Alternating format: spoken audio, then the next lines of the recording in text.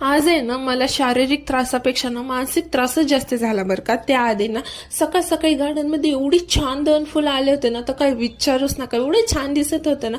नंतर मग सगळं आवरून मी निघाले ऑफिसला। बाहेर एवढा जास्त पाऊस होता ना, मग ईश्वरने मला सोडलं गाडीमध्ये, त्यांच्या अंघोळ पण नव्हती झाली। आणि संध्याकाळी घरी आल्याच्या नंतर त्यांना भात आणि भाजी खायची इच्छा झाली होती। मग त्यांनी भाजी बनवली आणि मी भात बनवला आणि त्यांनी कुरडई पापड तळून घेतले। मग मस्त आम्ही जेवण केलं। तोपर्यंत मी देवपूजा वगैरे केली होती। नंतर खाली आलो होतो, आरती वगैरे झाल्यानंतर सगळ्यांनी असं थोडासा एन्जॉय केला। आणि 10 दिवस गणपती असल्यामुळे ना सगळे आमचे 10 दिवस असेच जातात बरं का। नंतर जे काय दरवाजाची सडी असते ना, तीच माझ्या पोटात घुसली होती। बघू शकता तुम्ही केवढी लांबट सडी, आणि ती पूर्ण माझ्या पोटामध्ये घुसली होती। मी ती उपसून काढली, पण मला सगळ्यात जास्त त्रास म्हणजे माझ्या डोळ्यातून टचकन पाणी आलं।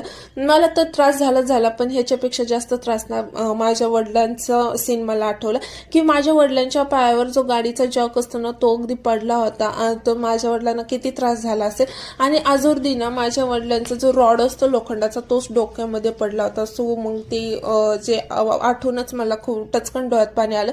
नंतर माझी नजर गेली आज हेड प्लांटवर। हे जे एक पान आहे ते वाळलेलं दिसलं। म्हणलं आता ह्याची माती पण पूर्णपणे सुकलेली आहे, आता ह्याला पाण्याची गरज आहे। ह्याला जास्त पाण्याची गरज नाही बरं का, ह्याची माती सुकलेली असली तरच त्यामध्ये पाणी घालायचं।